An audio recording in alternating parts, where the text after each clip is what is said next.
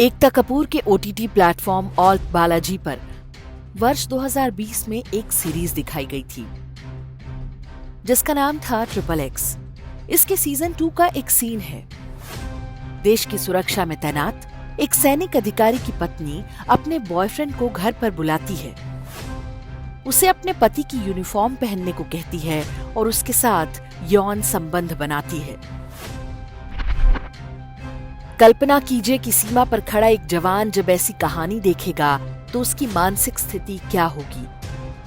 वो किस तरह के संदेहों का शिकार बन सकता है।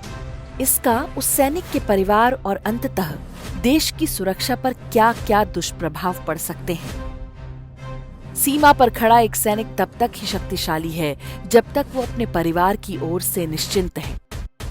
यदि उसके मन में परिवार के प्रति ही संदेह के बीज बो दिए जाएं, तो आसानी से जाल में फंसाया जा सकता है। यदि आप सोचते हैं कि ये कहानी एकता कपूर के विकृत मस्तिष्क में पैदा होने वाली फूहड़ फैंटेसीज में से एक है, तो आप गलत हैं। एकता कपूर निश्चित रूप से इससे भी घटिया सोच सकती हैं। लेकिन भारतीय सेना को लेकर ये कहानी संभवतः किसी बाहरी व्यक्ति द्वारा दी गई होगी। ये कहानी बहुत सोच समझ कर गढ़ी गई है। वे शक्तियां जो भारत को तोड़ने के अभियान में दिन रात जुटी हैं, वो ऐसी कहानियों और समाज पर उनके प्रभाव का पूरा विश्लेषण करके रखती हैं।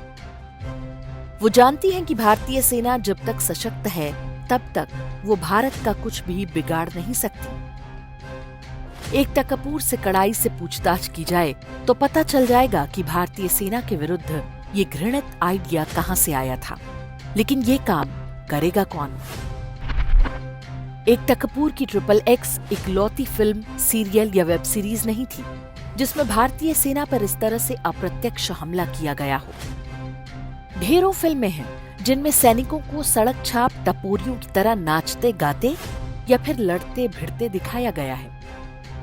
नेटफ्लिक्स पर गुंजन सक्सेना द कारगिल गर्ल के नाम से एक फिल्म दिखाई गई थी जिसमें दिखाया गया कि भारतीय वायुसेना में महिला अधिकारियों के साथ भेदभाव होता है। जबकि ये फिल्म जिस असली गुंजन सक्सेना पर आधारित थी, उन्होंने अपनी पुस्तक में वायुसेना के पुरुष अधिकारियों के सहयोग की बात कही है। अब सोचिए कि फिल्म में ये फेमिनिस्ट तड़का क्या सोच कर डाला गया होगा। यही वामपंथी नारीवाद जब आगे बढ़ता है तो न्यायपालिका के माध्यम से सेना को कमजोर बनाने के षड्यंत्र रचता है। भारतीय सेना के विरुद्ध इस छद्म युद्ध पर हमारे वीडियो के लिंक आप डिस्क्रिप्शन और कमेंट में देख सकते हैं। वापस लौटते हैं एकता कपूर पर। जब उन्होंने भारतीय सेना के बारे में आपत्तिजनक एपिसोड प्रसारित किया, उससे कुछ महीने पहले ही उन्हें पद्मश्री सम्मान देने की घोषणा हुई थी। देश को बताया गया था कि राष्ट्र की विशिष्ट सेवा के लिए उन्हें पद्मश्री दिया जा रहा है। एकता कपूर ने राष्ट्र की क्या सेवा की है, ये किसी से छिपा नहीं है। उनके C ग्रेड धारावाहिकों ने भारतीय परिवार व्यवस्था को जितनी क्षति पहुंचाई है, उतनी संभवतः वामपंथी नारीवाद ने भी नहीं पहुंचाई होगी। नरेंद्र मोदी सरकार ने कई साधारण किंतु योग्य लोगों को पद्म पुरस्कार से सम्मानित करके बहुत प्रशंसा बटोरी है। लेकिन एकता कपूर जैसों को पद्मश्री क्यों और किसकी अनुशंसा पर दिया गया, ये प्रश्न जनता के मन में सदैव रहेगा।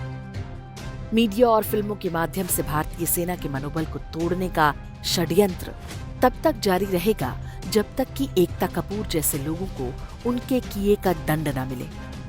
ये कार्य यदि सरकार नहीं करती है तो जनता को अपना उत्तरदायित्व निभाना होगा। मनोरंजन के नाम पर हो रहे हर तरह के देश विरोधी और धर्म विरोधी कृत्य को सहना बंद करना होगा।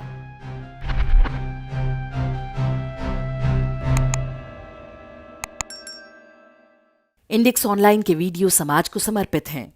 आप इनको डाउनलोड करके जैसे चाहे वैसे प्रयोग कर सकते हैं। चाहे तो आप हमारे टेलीग्राम चैनल से जुड़ सकते हैं।